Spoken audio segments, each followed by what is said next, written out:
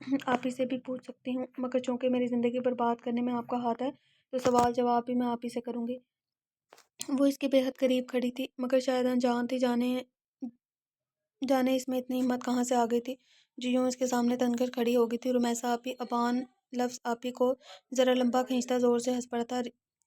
ریمل ایک لمحے کی مبہوت ہوئی، بھلا کوئی مرد ہنستے ہوئے اس قدر حسین بھی لگ سکتا ہے؟ صرف ایک لمحے کی بات تھی بس۔ ریمل نے نگاہوں کا زاویہ بدل لیا۔ رشتہ داریاں کم بناؤ، وہ میری بہن ہے، تمہاری کچھ نہیں لگتی آخر میں، اس نے سخت لہجے میں تنبیہ کی تھی۔ ہو نہیں،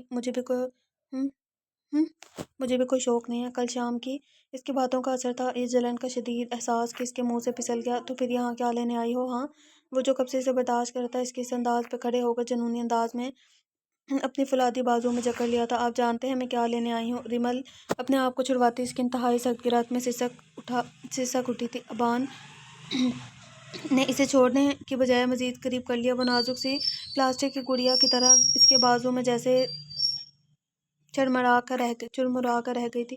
مت کرو ریمل حسین، اپنی ہی نگاہوں میں رسوا ہو جاؤ گی۔ وہ بے بس ہونے لگا تھا۔ یہ نرم لہجہ ابان عریض کا نہیں بلکہ علی خیام کا تھا۔ ابان عریض تو صرف بھسم کرنا چلانا جانتا تھا۔ پہلے کون سا میری پیشانی بے داغ رہی ہے؟ ابان عریض کی قربت نے اس کے دل میں کہرام برپا کر دیا تھا۔ اس کے نرم لہجے پہ ریمل کا دل پگھل کر اس کی کانچ آنکھوں سے بہنے لگا تھا۔ رسوا ہونا کیسا ہوتا ہے تم کیا جانو ریمل حسین؟ وہ ریمل کو خود سے الگ کرتے ہوئے بولا۔ ابان کی آنکھوں کی سرخی بڑھنے لگی تھی۔ ہاں، میں نہیں جانوں گی، جیسے بنا قصور کے سزا دی گئی ہوں، اور سزا بھی ایسی جو عمر بھر کے لیے میرے گلے کا توق بن گیا ہے۔ وہ اپنی سانسیں بحال کرتی بھرائی ہوئی آواز میں بولی، یہ توق تم نے خود اپنے گلے میں ڈالا ہے، تمہیں کسی نے مجبور نہیں کیا تھا، مائنڈ اٹ۔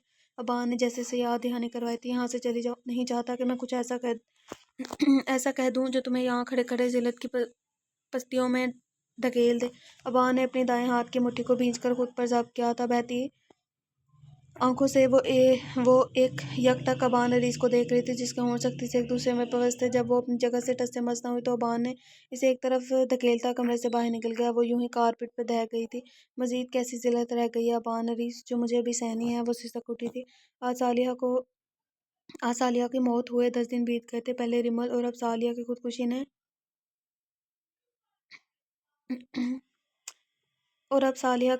نے انہیں توڑ کر رکھ دیا تھا۔ وہ جو وسیع سوشل سرکل رکھتی تھی، اس وقت تنہا اکیلے کمرے میں بند تھی۔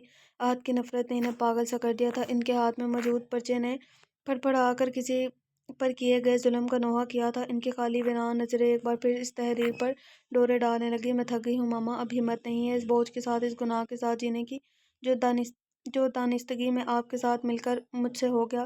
رمیسا خیام کی بددعا نے مجھے ایک رات بھی سکون سے سونے نہیں دیا۔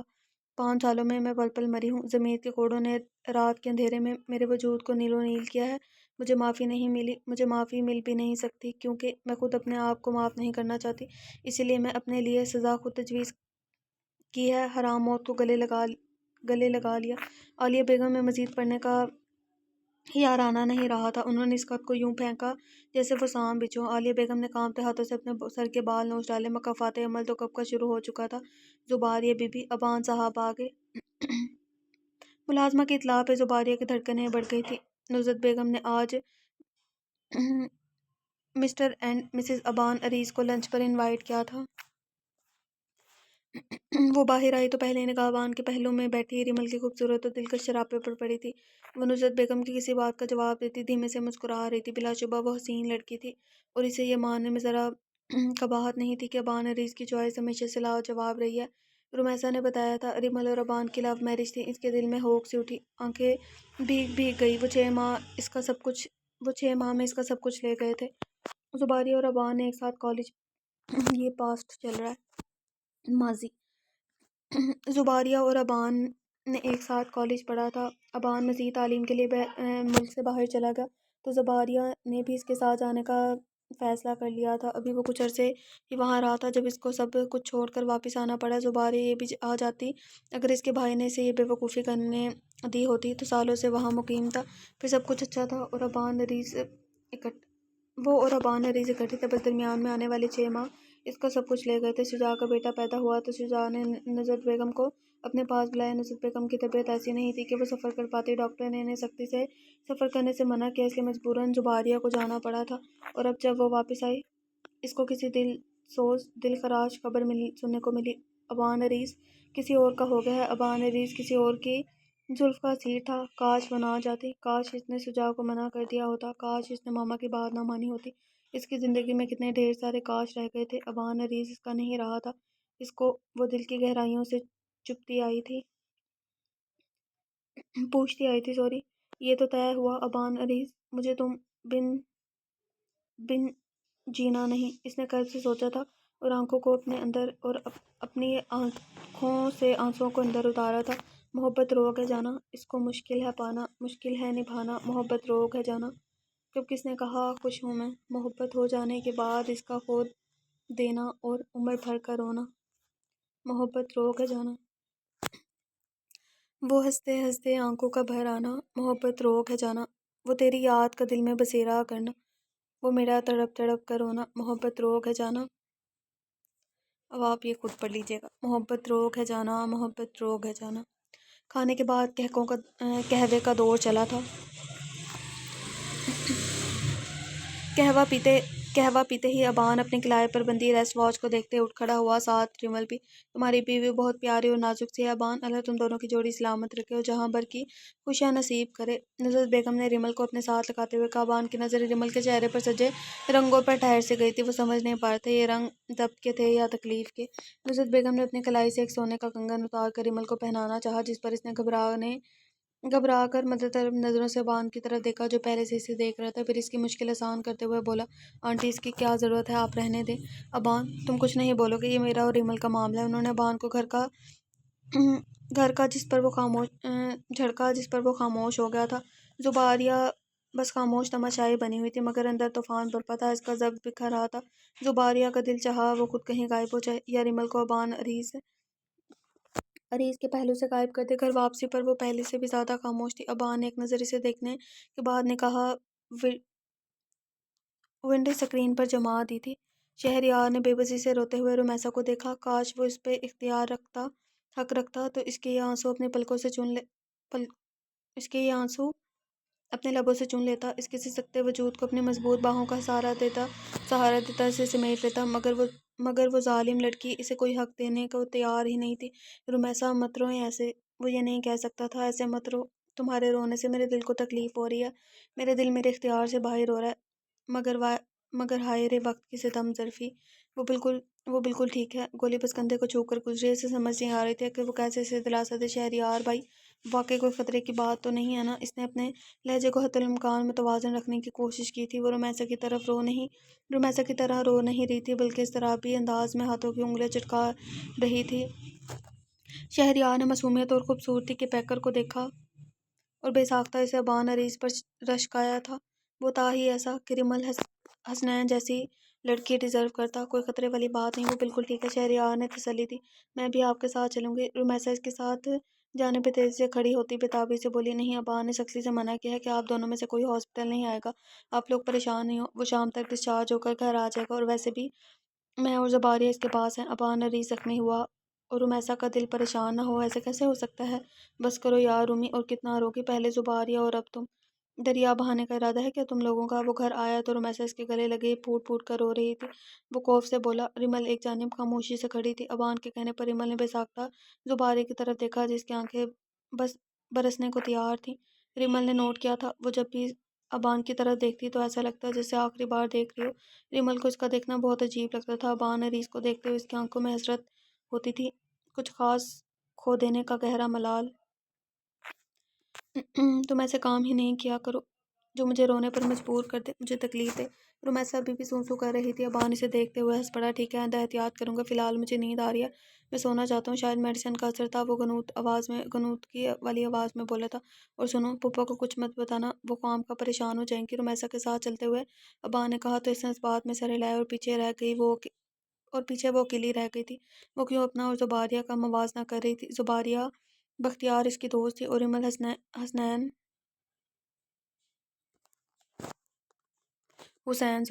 حسین انتقام اس کی زندگی میں شامل ہونے والی لڑکی۔ اس نے تو ریمل کی طرف دیکھنا بھی گوارا نہیں کیا تھا، وہ تو وہاں ہو کر بھی وہاں نہیں تھی، اس کے آس پاس تو بس زباریہ اور رمیسا تھی، وہ تو کہیں نہیں تھی۔ اس نے بے دردی سے گالوں پر پھسلے پھسل آنے والے آنسوں کو ہتھیلی کی پشت سے رگڑا۔ اسے ابان عریض کا نظر انداز کرنا اتنا برا کیوں لگ رہا تھا؟ اس کی آنکھ عجیب سی آواز پہ کھلی۔ وہ تیزی سے اٹھی۔ یہ آواز ابان کے کرانے کی تھی۔ وہ لپک کر ابان کے قریب آئی۔ اس نے لیمپ آن کیا۔ وہ تکیے پر سر پٹک رہا تھا۔ چہرے پر پسینے کی ننھی ننھی بوندیں چمک رہی تھی۔ ریمل نے اپنا ہاتھ اس کی پیشانی پر رکھا جو آگ کی مانند تپ رہا تھا۔ آنکھیں کھولے۔ ابان کیا ہوا ہے آپ کو؟ اس نے پکارنے کے ساتھ اپنے ٹھنڈے یک ہاتھوں سے ابان کے گال تپتپائے مگر اس کی حالت میں سرمو فرق نہیں پڑا تھا۔ ریمل نے اس پر سے کمبل ہٹایا اور اس کے کرتے کے سارے بٹن کھول دیے۔ شاید بازو میں درد کی وجہ سے بخار نے آ گرا تھا جس کے باعث اس کی رنگت خطرناک حد تک سرخ ہو رہی تھی۔ ابان پلیز آنکھیں کھولے، ہوش کریں، کیا ہو گیا آپ کو؟ وہ رو دینے والی ہوئی تھی۔ ریمل اپنے ٹھنڈے ہاتھ کبھی اس کی پیشانی پر رکھتی، کبھی آنکھوں پر تو کبھی اس کے سینے پر۔ وہ پہاڑ کی مانند مضبوط نظر آنے والا شخص اس وقت کیسے نڈھال پڑا تھا دنیا و مافیا سے۔ دنیا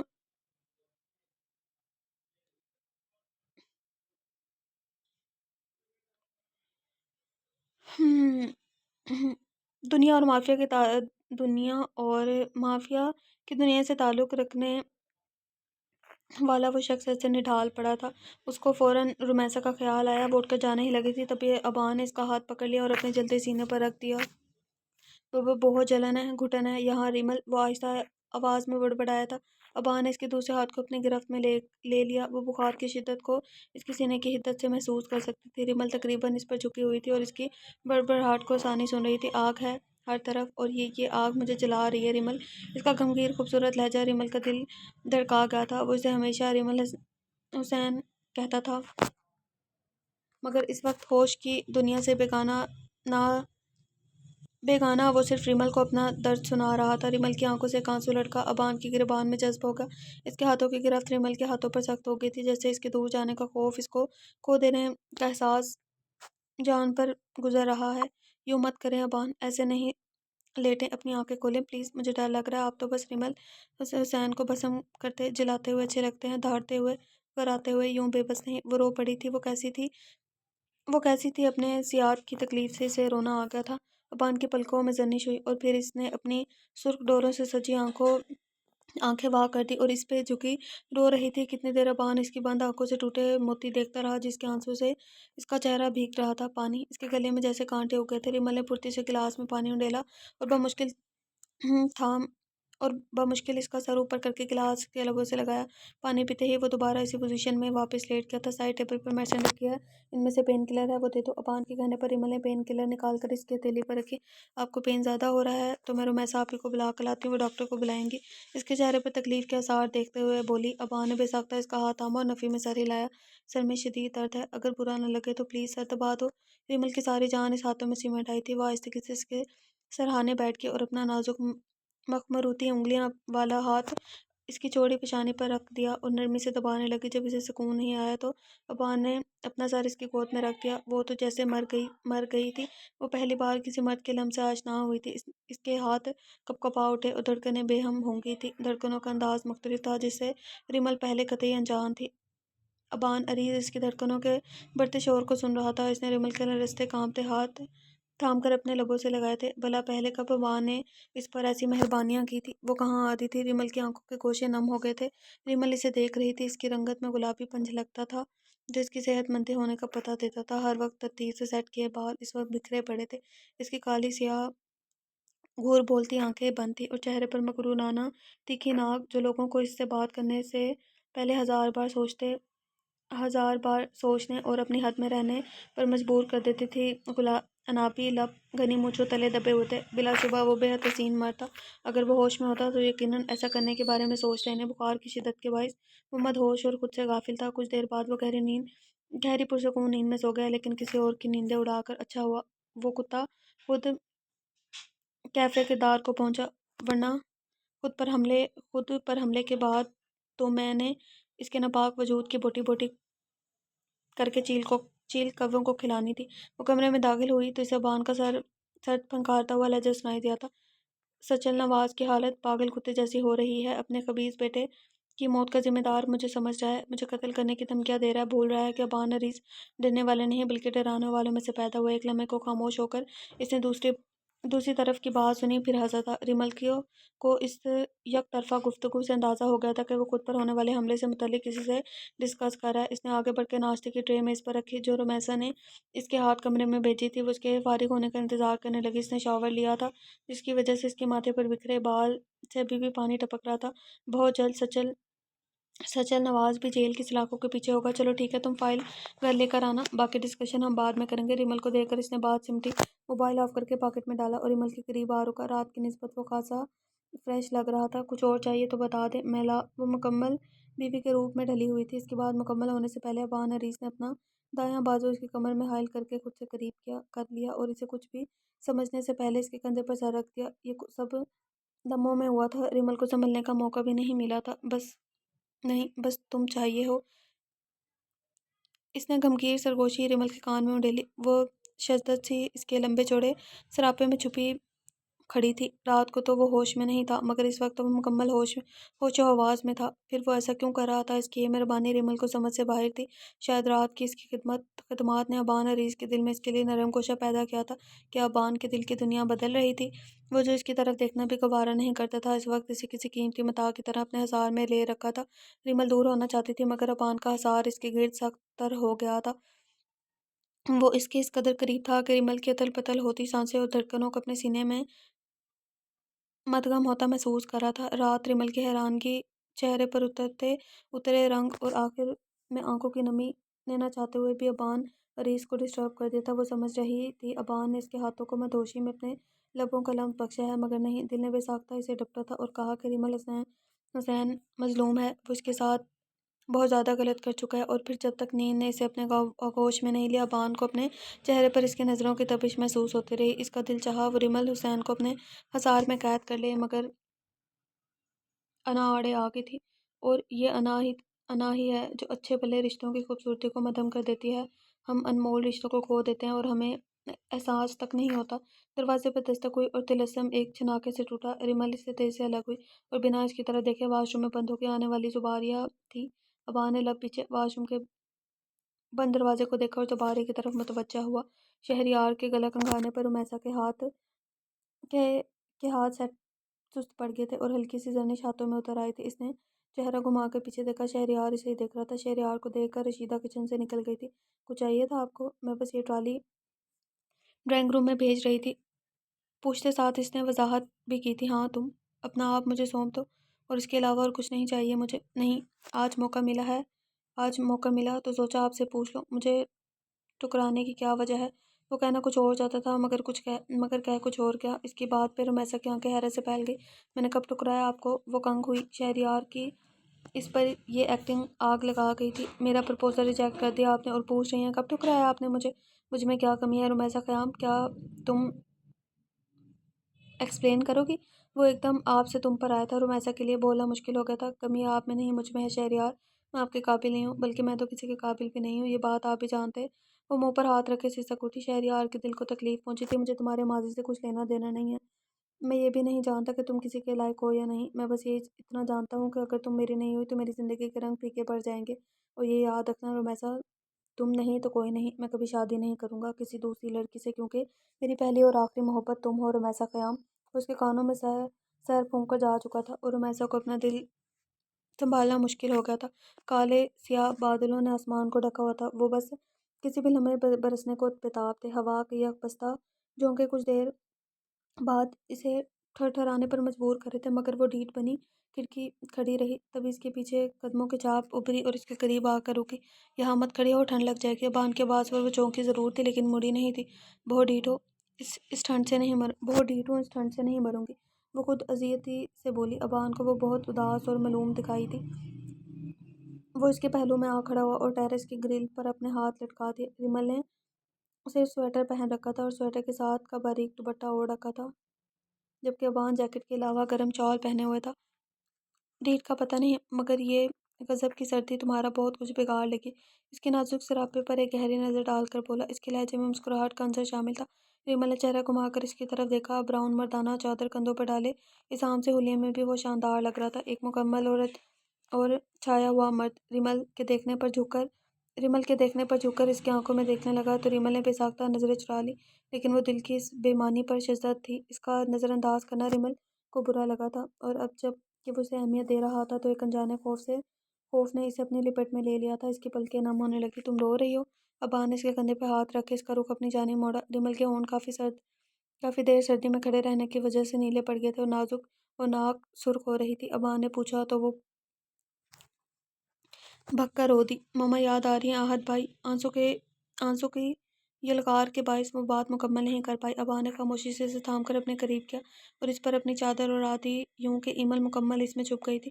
وہ اس کے سینے سے لگی شدت سے رو رہی تھی۔ شاید وہ ایسے ہی کسی سہارے کی تلاش میں تھی جہاں وہ اپنے دل کا بوجھ ہلکا کر سکتی، اور وہ دل کا بوجھ ہلکا کر بھی کہاں رہی تھی، اپنے ہی سیاد کی باہوں میں۔ ابان عریض کا دل ہر بری یاد کو مٹا کر اس نازک سی لڑکی کے سنگ زندگی کی ہر خوشی کشید کرنے کو چاہ رہا تھا۔ وہ ہر چیز بھلا دینا چاہتا تھا۔ وہ یاد رکھنا چاہتا تھا تو صرف یہ کہ جو پیاری سی لڑکی اس کی باہوں میں اس کے دیے ہوئے درد پہ سسک رہی ہے وہ اس کی بیوی ہے۔ خوشکن احساسات میں بہتا وہ ریمل کی ٹھنڈی پیشانی پر اپنے لب رکھ چکا تھا۔ تبھی ریمل ہوش میں آئی۔ اسے اپنے دونوں ہاتھ ابان کے سینے پر رکھ کر اسے پیچھے کی طرف دھکا دیا اور اسی لمحے کے لیے تیار نہیں تھا اور لڑکھڑا کر رہ گیا تھا۔ I hate you, I really hate you Aban Areez, میں آپ کو کبھی معاف نہیں کروں گی۔ زندگی کے آخری سانس تک آپ مر رہے ہوں گے تب بھی نہیں کروں گی۔ وہ روتے ہوئے منہ پر ہاتھ رکھ کے اندر کی طرف بھاگے اور ابان اس شدید رد عمل پر سبکی کے احساس کے ساتھ سرخ چہرے لیے جگہ کو گھور رہا تھا جہاں کچھ لمحے پہلے ریمل کھڑی تھی۔ اس کے تمام نرم جذبات بھک بن کر اٹھ گئے تھے۔ اب وہاں صرف راکھ باقی رہ گئی تھی۔ ریمل کے دھکے کے باعث اس کے کندھے پہ اٹھنے والی ٹیسوں کی تکلیف اس ذلت سے زیادہ نہیں تھی جسے ریمل نے اسے دوچار کیا تھا۔ تیش میں آتے ہوئے اس نے دائیں ہاتھ کا پنچ دیوار پہ دے مارا۔ ہاتھ لمحوں میں زخمی ہوا تھا مگر اسے پرواہ ہی نہیں تھی۔ وہ اپنے مخصوص وقت پر اٹھا تھا۔ فجر کی نماز ادا کرنے کے بعد جب وہ جاگنگ سے واپس لوٹا تو وہ ابھی بھی صوفے پر کمبل میں دبکی پڑی تھی۔ اسے خیال آیا کہ ایک نظر دیکھ لے۔ وہ پہلے تو اتنی دیر تک نہیں سوتی مگر پھر وہ اس کی مردانہ انا نے جوش مارا۔ ایک معمولی سی لڑکی ہو کر اس کی مردانہ انا کو زک پہنچائی تھی۔ وہ کیوں کر اس سے ہمدردی کرتا؟ شاور لینے کے بعد اس نے تیاری کی اور کمرے سے نکل گیا ریمل پر ایک غلط نگاہ ڈالے بغیر۔ ریمل نہیں جاگی ابھی۔ ناشتہ کرتے ہوئے رومیسا کا خیال آیا تو وہ ابان سے استفسار کرنے لگی جس پر ابان عریض نے کندھے جھکائے اور چائے کا کپ لبوں سے لگایا۔ ابان، تمہارے ہاتھ پر کیا ہوا ہے؟ رومیسا کی نظر اس کے ہاتھ پر پڑی تو فکر مندی سے پوچھنے لگی۔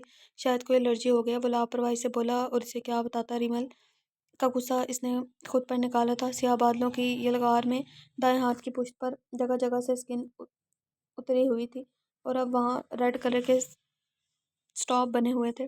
ابا نے چائے کے آخری سپ لینے کے بعد نیپکن سے منہ صاف کیا، کرسی دھکیل کر اٹھ کھڑا ہوا، موبائل اٹھا کر پینٹ کی پاکٹ میں ڈالا، تھوڑا سا جھک کر رومیسا کے سر پہ بوسہ دیا اور باہر کوچ میں کھڑی اپنی گاڑی کی طرف بڑھ گیا۔ راجو بیگ تھامے ابان کے پیچھے تھا۔ رومیسا نے سب کارروائی بالکل خاموش نظر سے دیکھی تھی۔ اس کا دل کھانے سے اٹھ گیا تھا تو رشیدہ کو ٹیبل سمیٹنے کا کہا۔ وہ ریمل کے کمرے میں آگے ریمل کو صوفے پر سوتا دیکھ کر اس کی آنکھیں بھر آئیں۔ اس کا بھائی اس کی وجہ سے اسے بنا ملے زندگی جینے پر مجبور تھا۔ اس نے پچھلے 5 سالوں سے ابان کو کھل کر ہنستے نہیں دیکھا تھا۔ رومیسا نے آگے بڑھ کر ریمل کے چہرے سے کمبل ہٹایا جس پر ریمل نے بمشکل تمام اپنی جلتی آنکھیں کھولی تھی۔ تمہیں تو ٹمپریچر ہو رہا ہے۔ اس نے ریمل کی کلائی اپنے ہاتھ میں لے کر چیک کی اور پھر زبردستی چائے کے ساتھ ایک ٹوسٹ کھلانے کے بعد اسے ہاسپٹل لے آئی۔ ریمل کے احتجاج کو کسی خاطر میں لائے بغیر ڈاکٹر کے مطابق اسے ٹھنڈ کے باعث فیور ہوا تھا۔ آدھے گھنٹے بعد جب ڈرپ ختم ہوئی تو ڈاکٹر نے چند ہدایات کے ساتھ لمبا چوڑا پرچہ رومیسا کو تھما دیا تھا۔